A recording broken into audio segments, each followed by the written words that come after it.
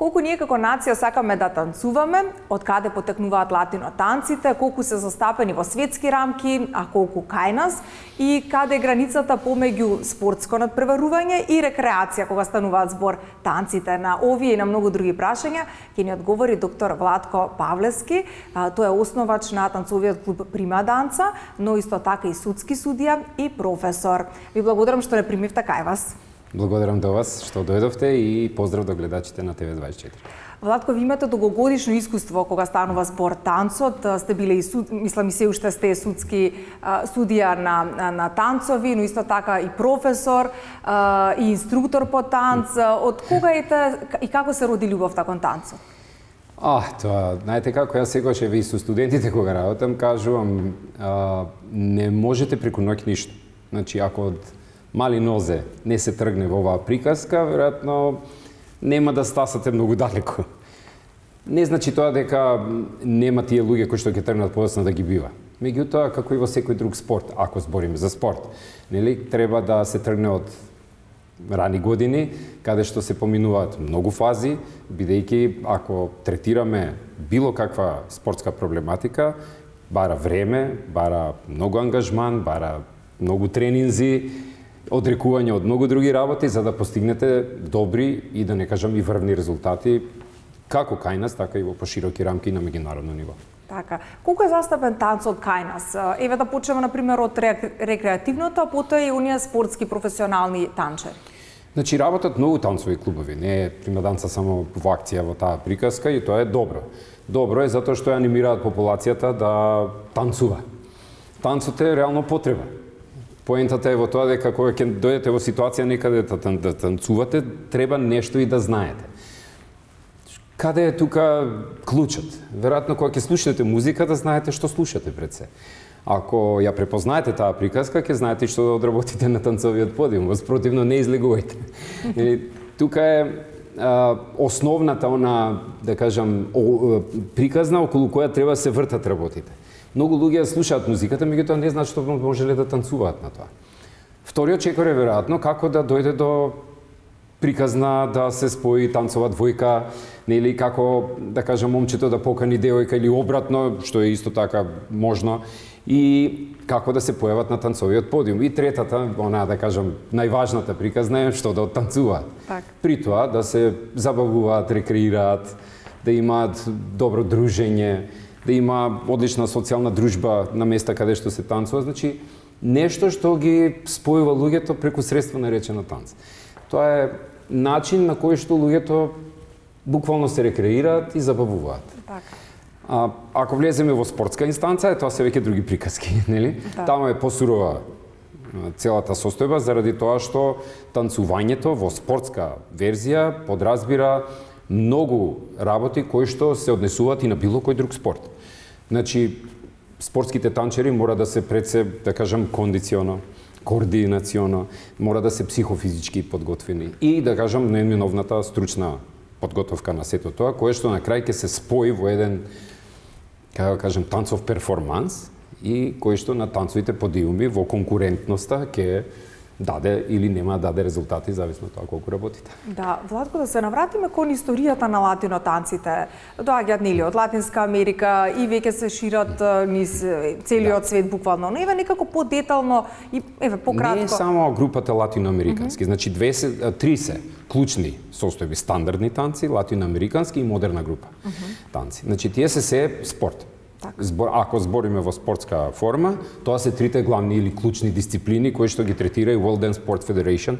Тоа е светската танцова спортска федерација, каде што и нашата танцова спортска федерација на Македонија членува, нели? Таа е одамна веќе 30 и некоја година е членка и на Меѓународен олимписки комитет, како последица на тоа лани World Dance Sport Federation имаше и танц на Олимпик програм во Париз. Што значи дека реално, кога ќе погледнете од спортски објектив, со сите ставки кои што и секој друг спорт ги носи. Каде е потеклото? Британско е. Значи, спаѓа во групација на аристократски спортови, како што се, не знам, тенис, голф, крикет, конјички спорт и слично. Нешто што е одлика за спортување на, да кажам, ајде да наречам така, богатите. Меѓутоа, тоа е суровоста. Ако сте во можност тоа да го практикувате, ќе го практикувате. Ако не, нема. Значи, многу фактори влијаат, меѓутоа да, многу е клучен моментот на финансиската поддршка. Што би значило да станете врвен светски спортски танчер во секаква смисла, па на крајот и финансиска, бидејќи без таква поддршка тешко се достигнуваат високи класи на надпреварување. Тоа, како луѓето малце поверојатно немаат информираност околу овој спорт, меѓутоа бе за споредба на тенис. Значи, на сите им е јасно кој е еден Новак Џоковиќ или слично и што би значило една танцова спортска двојка исто така да се најде во такви состојби на висока врвна светска класа како што е тој во тој спорт. Према тоа, значи, многу е сликата широка. Историски гледано, британско потекло, биле некои си кралски друштва кои што тоа го оформиле базирајќи се на некои основни народни фолклорни состојби од повеќе држави и ги исцрпиле тие, да кажам, народни умотворени, претварајќи ги во нешто што е во почетокот било прифатливо за сите луѓе, а потоа дури се развило и во спорт. Општата терминологија и британска кажува еден спорт, ден спорт, не кажува денс спорт. Значи веќе и дури на тоа поле направено многу за да во светски рамки ова приде баш прикажано како вистински спорт, како и било кој друг. И јесте судија исто така на такви надпревари? Да, значи сега кога ќе зборуваме за надпревар, нели ги има сите атрибути како и било кој друг спортски надпревар, или да кажем или утакмица. Кога ќе одите, значи има надпреварувачи, има судии, има друга администрација која што ја поддржува целата таа приказка и така се одвива надпреварот.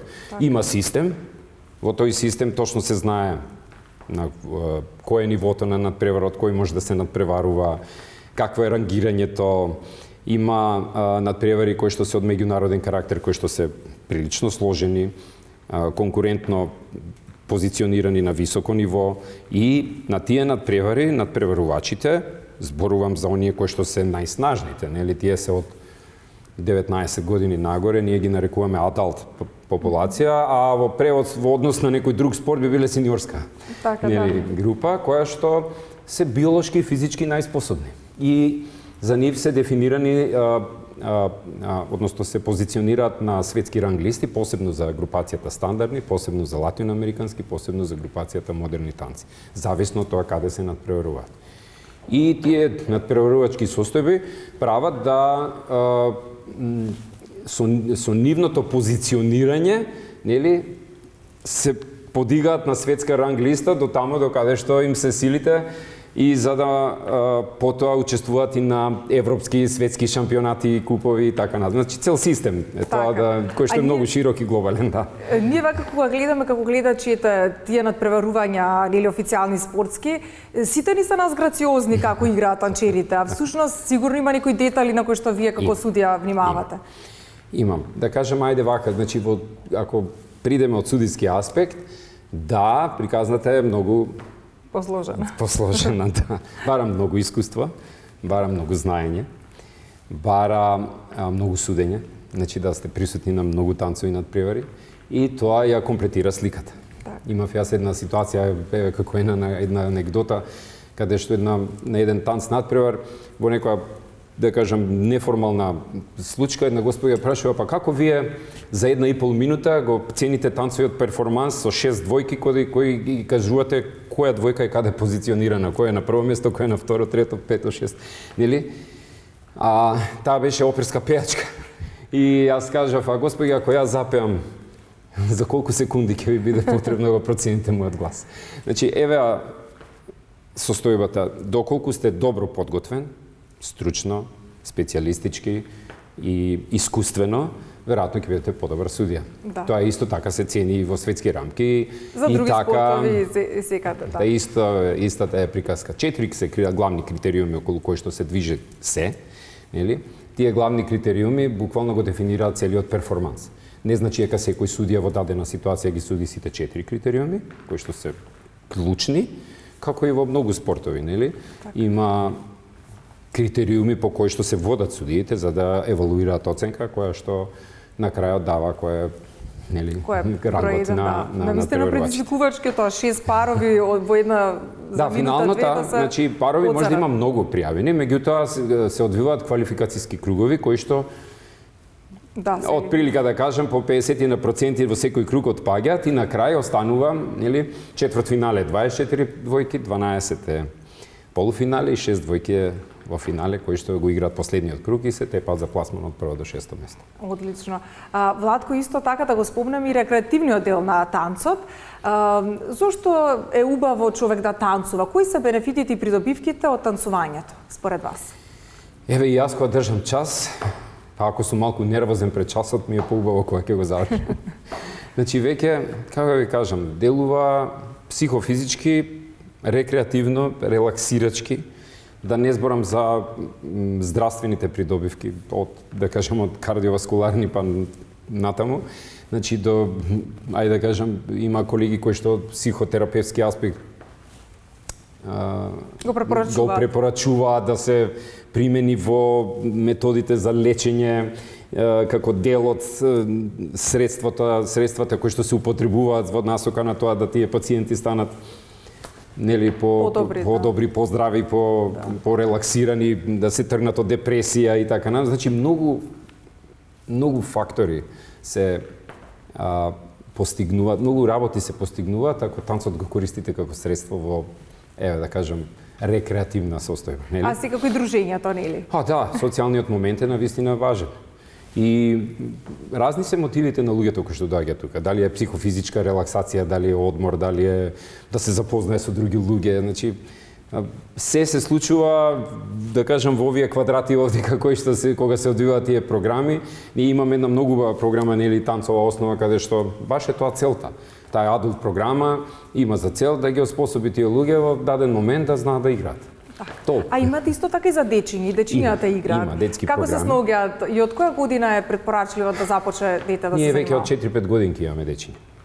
Значи, многу педиатри ке препорачаат и на дечињата, одете на танц, пуштете ги на танц. Нели, поентата е во тоа дека во здраво тело, здрав дух, нели, ке се изгради убаво држење, ке се постигне правилен развиток. Значи, ако има добра структура на инструктори и тренери кои што ја водат таа приказка со децата, тогаш тие деца веројатно ќе израснат во здрави млади деца кои што користејќи го танцот како средство ја постигнале таа состојба. Да не зборувам дека танцовите форми во школството се исто така застапени во курикулумите. Еве тоа е целта и кај нас на факултет со студентите со кои што работиме на предметот спортски танци, не да тие станат спортски танчери. Поентата е во тоа дека утре ќе станат професори по физичко и ќе ги задоволат деловите од курикулумот кои што носат танц, а се однесуваат на програми за физичко воспитание и образование во училиштата. И така да тој предмет има и таа цел да направи од професорите по физичко способни луѓе кои што ќе можат и таа проблематика да ја третираат утре на физичко воспитание и образование, затоа што е важен момент, не пресуден, меѓутоа е важен воопшто во психофизичкиот развој на децата. Вие бевте дел од едно шоу танчарско, тука кое што имавме можност пред некои десетини години да го гледаме, беше навистина успешно и ми се чини дека многу повеќе луѓе го засака и дознаа за танцот преку тоа шоу. Па кажете ни каков е сега интересот за танцување помеѓу луѓето кај нас? Фали тоа шоу. Мора да кажам дека да, навистина тогаш кога беше танцот звездите беше хит. Тоа е нешто што беше следено со огромна гледаност. Коефициентот беше на гледаност навистина висок и тоа е она што направи дека луѓето разбуди ситуација дека сакаат да танцуваат. Ние имавме, значи, тоа се ненормални бројки на пријави кога беше во оптек танцот звездите, нели? И 2013 и 2014 година и одмак, значи, како да ви кажам, ако го нема шоуто, веројатно е одзивот друг. Меѓутоа, остава траги. Значи, оставило траги, луѓето веќе се поинформирани, појасно име што се случува во таа проблематика, го сакаат тоа, го чувствуваат како потреба, нели, имаат потреба да излезат и таму каде што се танцува, па да го применат тоа и така натаму. Значи, Танцот е реално потреба. Да. И еве во доста други земји се уште има такви програми, еве во Италија константно има Танц од звездите, во Шпанија и така натаму. А ние како нација знаеме ли, умееме ли да танцуваме? Имаме ли сенс за тоа? Има, како не, па ние сме нели позната нација, да. Гледано во однос на нашите фолклорни состојби, да, значи имаме во крвта нешто носиме кое што дава способност за ритам, да се снајдеме во ситуација кога ќе чуеме музика и така натаму, значи ни треба само тригери за овие приказни. Знаете како, конкретно тој проект е проект, тој е франшиза, нели, на BBC Лондон и сега многу држави, да, мислам дека во моментов тече од преку некои си 5-60-70 држави, нели, тие Dancing with the Stars, нели е да кажам популарно наречено, а британскиот формат е Strictly Come Dancing. Се тоа се неверојатно скапи проекти. Значи бара присуство, нели, на да кажам националните форми во смисла на државата, национални телевизии или слично кои што ќе поддржат оваа проектна состојба за да се деси Танц од звездите. Се надевам дека и во блиска иднина ќе го имаме повторно, меѓутоа не е доволно само Танц од звездите. Моето мислење е дека најмногу ќе се влие на оваа состојба еве баш во училиштата. Нели? Има ситуација каде што држави во своите планови програми имаат танц како предмет. Во основните училишта, во градинките, изборни предмети, во средните училишта или слично, значи танцот е присутен. И така се раѓаат од аматерски, нели, се раѓаат и желба за да се иде и во професионални состојби и на крај да се постигнуваат дури врвни светски класи и успеси, да. И тоа е она што мислам дека е клучниот момент, нели? Се друго, да, може. Сакате, сум чул да идам некаде, сакам на курс да идам по танц, нели? Е пропратна приказка. Меѓутоа ова ќе ви даде информација. Првата информација е таму. Точно. Нели ќе знаете состојбата што ве чека ако одите на танц, како ќе се да се запознаете со спортот, да бидете писмени во таа насока, ако одам на утакмица за спорт, за танц спорт, што ќе гледам, нели важно да знам која е оваа дисциплина, кои танци се танцуваат, нели? Да, малку поширок, за да имаме знаење. писменост, а тука значи преку вакви форми од рекреативни, нели, приказни, од школски и така натаму ќе имаме мора да се изради така пописмена нација за оваа проблематика. Така, да. Ние еве и лани имавме во ноември огромен танц надпревар, Македонија Опен е наш бренд танцов спортски кој што е на календарите на Светската танцова спортска федерација. Минатата година имаше 3 дена танц надпревари во Јане Сантански спортската сала и тоа како ви кажам, значи преку 30 на држави учеснички имаше. Латиното заадут популацијата гореше, тоа беше значи најјакиот надпревар кој што се случи. Позната е сега нова дисциплина соло латино, готово за девојките, затоа што ги има повеќе. Нели, него што има машка популација. Тоа е латин соло, тоа е нова дисциплина, па еве ќе имаме ситуации да ви покажеме можеби да знаете за што станува збор, меѓутоа е многу атрактивна дисциплина која што и во светски рамки е прилично развиена и ново е затоа што популацијата на девојчињата е позастапена, да кажам. Да. И родена е таква. Оваа година исто така. Да, во ноември сигурно ќе биде, нели ние сме и во исчекување можеби за на некој повисок ранг на надпревар за кој што се бориме во Светската федерација, па со Господ напред. Секако ви благодарам многу за овој разговор и уште многу успеси понатака и ете се радам дека ќе биде потики нашите нели граѓани повеќе да танцуваат. Благодарам многу за тоа што бевте тука присутни и што имавте еве вака еден плоден и убав разговор со мене. Благодарам. Беше задоволство.